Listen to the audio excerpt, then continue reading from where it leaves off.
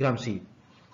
Gramsci saya ambil contoh karena ini memang dia hebat juga gitu ya. Awalnya dia Marxis gitu ya, tetapi kemudian dia menaruh garis pembeda gitu. Kata Gramsci, ideologi tidak hanya tumbuh dan bekerja dalam kelas buruh, ya tidak seperti Marx ya, tapi juga berlangsung di setiap aspek kehidupan. Yang bukan buruh pun itu bisa menganut ideologi, gitu kan? Nah, sebuah kelompok menjadi hegemonik, istilahnya Gramsci kan, hegemon, bila kelompok tersebut mengartikulasikan kepentingan sektoralnya sebagai kepentingan umum, merealisasikannya dalam kepentingan moral dan politik. Nah, itu siapapun bisa menjadi hegemon. Hegemoni itu cirinya adalah pemaksaan tanpa kekerasan. Nah, titik awal gagasan hegemoni adalah bahwa sebuah kelompok menyelenggarakan kekuasaan terhadap kelompok lain yang kemudian menjadi subordinat dan persuasif. Jadi Venus ini bisa jadi hegemon, meskipun dia bukan kelas buruh, dia bukan kelas borjuis, gitu ya.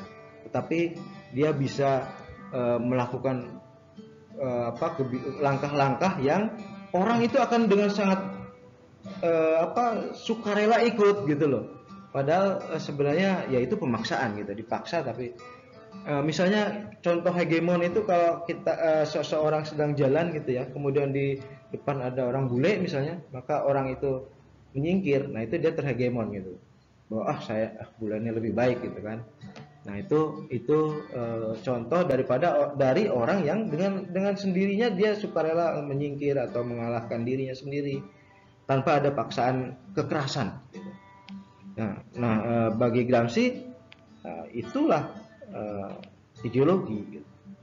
Hegemoni, gitu ya.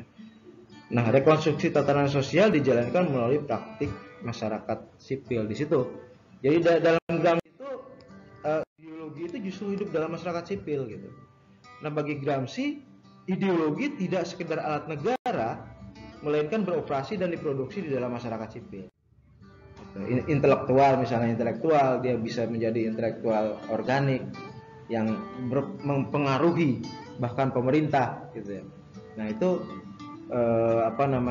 ideologi versi Gramsci.